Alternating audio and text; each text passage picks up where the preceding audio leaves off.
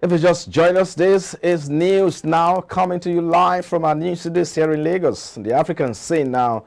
Tunisian President Saied has called on sub-Saharan African people legally in the country to be assured they will not be harmed over his stance against migrants.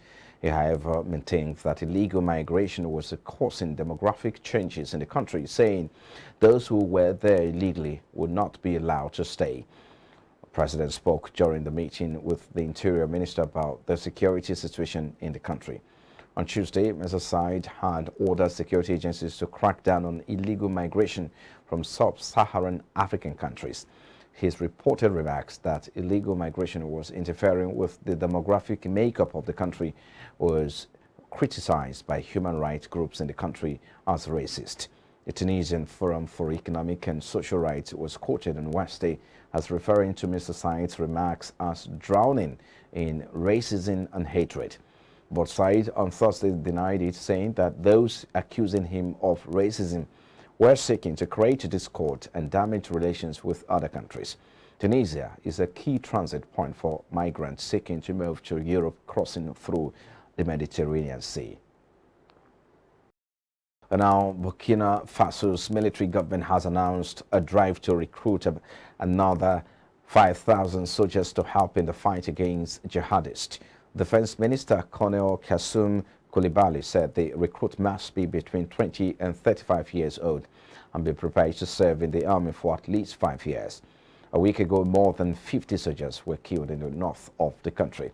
At least 15 others were reported to have died on Monday in an ambush by militants affiliated with Al-Qaeda and the Islamic State group.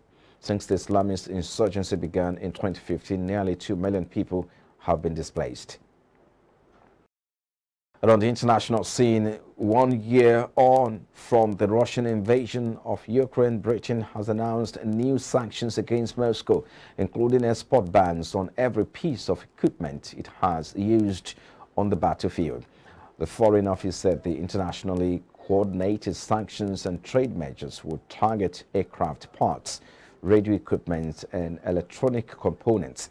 The UK is also sanctioning senior executives of the Russian state-owned nuclear power company Reassurance, as well as bosses at Russia's 2 largest defense companies and 4 banks.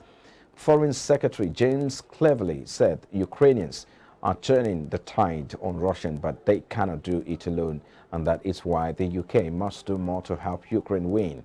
Later, G7 leaders will meet virtually with Ukrainian President Volodymyr Zelensky, where they are expected to discuss further sanctions on Russia.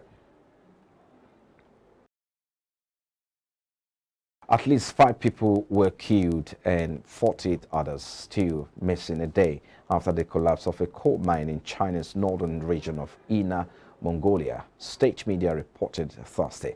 The open pit mine operated by small local firm Shijin Coal Mining collapsed in a landslide, leaving dozens of workers buried under a huge pile of debris half a kilometer wide and an estimated 80 meters high, according to state broadcaster CCTV.